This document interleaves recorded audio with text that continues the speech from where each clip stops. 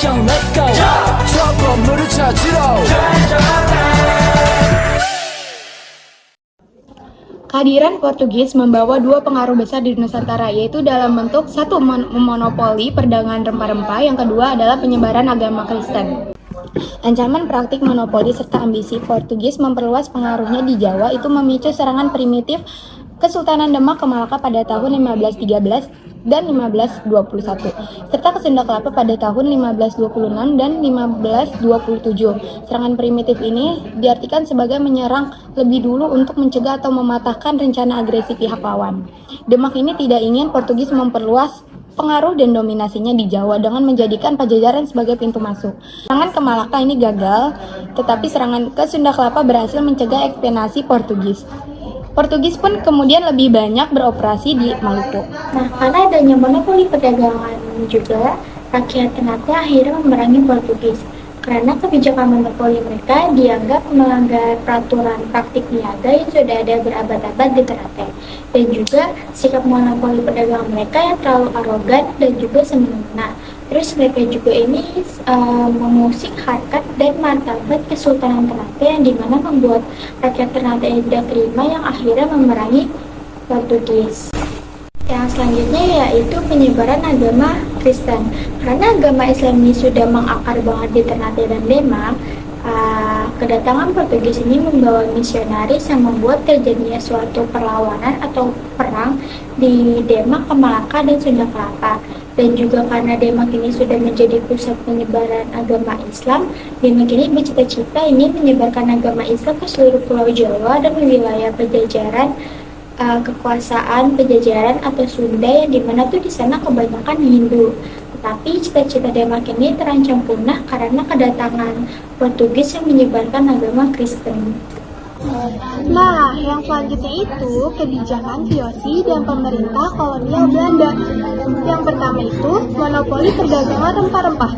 Jadi, monopoli perdagangan itu sangat merugikan rakyat Indonesia, terutama di Maluku, karena kebijakan ekstirpasi dan pelayaran bumi itu meruntuhkan harkat dan martabat raja-raja pribumi karena wilayahnya dikuasai, sehingga rajanya diasingkan karena menolak kemauan VOC, dan kerajaannya dipecah belah. Yang kedua, campur tangan terhadap masalah internal kerajaan. Jadi, intervensi terhadap masalah internal kerajaan itu bertujuan untuk memuluskan monopoli perdagangan. Hal ini terjadi saat kalangan istana berebutan tahta. Jadi, VOC akan memperuncing permasalahan atau melakukan politik pecah belah dengan memihak salah satu kubu yang bersedia bekerja sama dengan VOC. Nah, campur tangan VOC itu tampak dalam proses pengangkatan pejabat-pejabat keraton ataupun penentuan ekonomi politik kerajaan. Nah, perlawanan karena investasi ini terjadi pada perlawanan Kesultanan Palembang pada 1819 dan perlawanan Kesultanan Banjar pada tahun 1859 sampai 1905. Ekspansi wilayah demi melancarkan kebijakan pintu terbuka. Teman-teman harus tahu bahwa ekspansi adalah suatu kegiatan yang dilakukan untuk mendapatkan sebuah keuntungan atau hal yang meningkat. Pada masa kebijakan pintu terbuka 1870, Belanda gencar melakukan ekspansi ke wilayah-wilayah kerajaan yang sebelumnya independen, seperti Tapanuli atau Kerajaan Batak dan Kalimantan bagian selatan Kesultanan Banjar. Ekspansi ini bertujuan untuk memperluas lahan perkebunan serta memudahkan ekspansi mineral. Arogansi Belanda terhadap kerajaan bumi. Perang Belanda juga dilancarkan karena arogansi serta kesewenang-wenangan Belanda terhadap bangsawan dan raja-raja pribumi. Belanda kerap memperlakukan para bangsawan dan kerajaan pribumi sebagai bawahan. Adat istiadat, kebiasaan, aturan, serta privilege mereka tidak dihormati. Hal itu misalnya diikut latar belakangnya dengan Perang Diponegoro pada 1825 sampai 1930 dan perlawanan kerajaan-kerajaan di Bali 1846 sampai 1849. Selanjutnya adanya praktik diskriminasi terhadap penduduk pribumi. Penduduk di Indonesia digolongkan atas dasar ras, yang paling tertinggi itu kedudukannya itu bangsa Eropa dan yang paling terendah itu bangsa pribumi. Golongan Eropa yaitu seperti Belanda, Inggris, Amerika, Belgia, dan Prancis, sedangkan orang Indonesia yaitu turunan pribumi dan Eropa. Selanjutnya ada orang-orang keturunan timur asing yaitu Tiongkok, serta ada orang-orang pribumi Indonesia, golongan timur asing Tionghoa, India, dan Arab. Lalu ada golongan pribumi.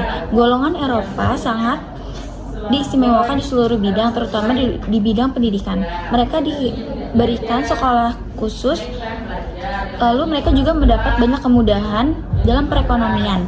Golongan timur asing dari keleluasaan untuk bergerak di bidang perdagangan. Nah, golongan pribumi ini masih dibedakan lagi berdasarkan keturunan, pendidikan, dan pekerjaannya. Nah, tentunya golongan yang tertinggi ini adalah golongan-golongan para bangsawan, keturunan pejabat maupun pejabat itu sendiri, dan raja tentunya. Nah, dan kita bisa tahu golongan yang terendah adalah wong cilik atau yang bisa kita kenal dengan rakyat biasa atau rakyat jelata.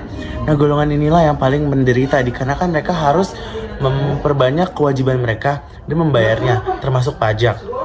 Kita masuk ke penderitaan rakyat akibat tanam paksa, kebijakan pintu terbuka, serta politik etis.